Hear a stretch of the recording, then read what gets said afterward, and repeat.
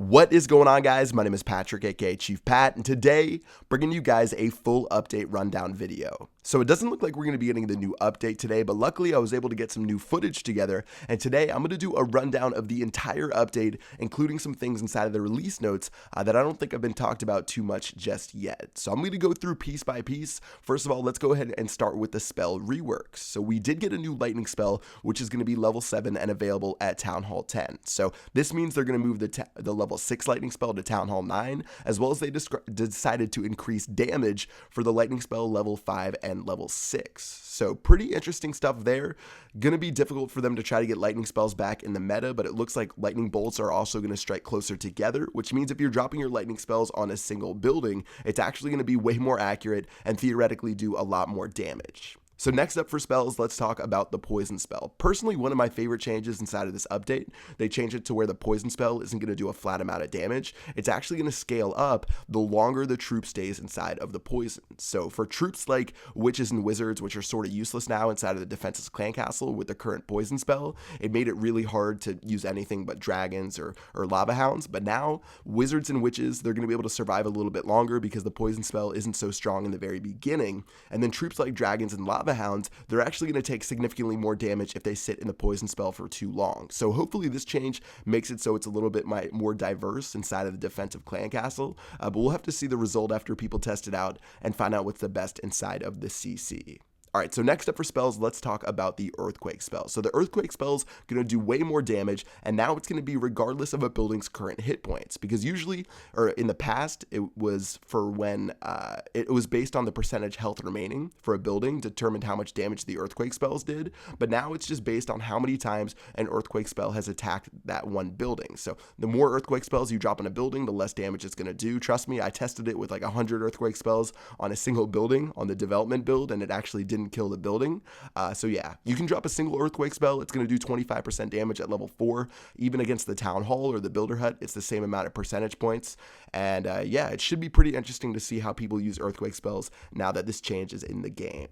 So the final change to spells is actually for the freeze spell, and the freeze spell is now going to be able to freeze air troops, which is actually pretty significant for certain army compositions. But that's going to do it for the spells. Let's go ahead and talk about the Clan War Tiebreaker, which was their final sneak peek. And now if the score is even at the end of a war, let's say it's 40 stars to 40 stars, the clan with more destruction percentage in their best attacks is going to be the victor. So let's say your clan does 60% on average against their bases for your best attacks, and their clan did 55%, your clan's going to be the victor, and no longer are we going to have a crazy amount of ties in certain clans' war logs. Also, a small minor change to the Clan War, interface. You're going to be able to have a new attack and defense tab that's going to be added to the clan tabs in the war stats to quickly see all the best attacks in war for either clan. So this is going to make it easier to see what are some of the bases that have only been like 50%ed and ones that you can improve on to try to win the tiebreaker. So a small change right there, but one that's definitely going to make it easier to find those weaker bases.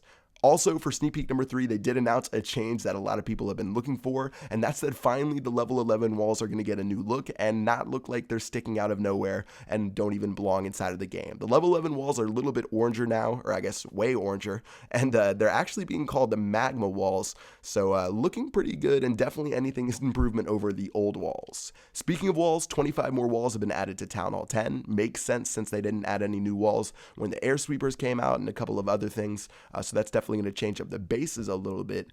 And finally, there were a couple other game balancing notes inside of the release notes, including that lava hounds can no longer target air troops. So again, you can see that the lava hounds and dragons got a pretty big nerf inside of the defensive clan castle for this update, whether it's the poison spell scaling up damage, whether it's the freeze spell now being able to freeze those troops inside of the air, and then finally, lava hounds are no longer able to target air troops, so it should change up the clan castle meta a lot, and I'm pretty interested to see what people use inside of their clan castle.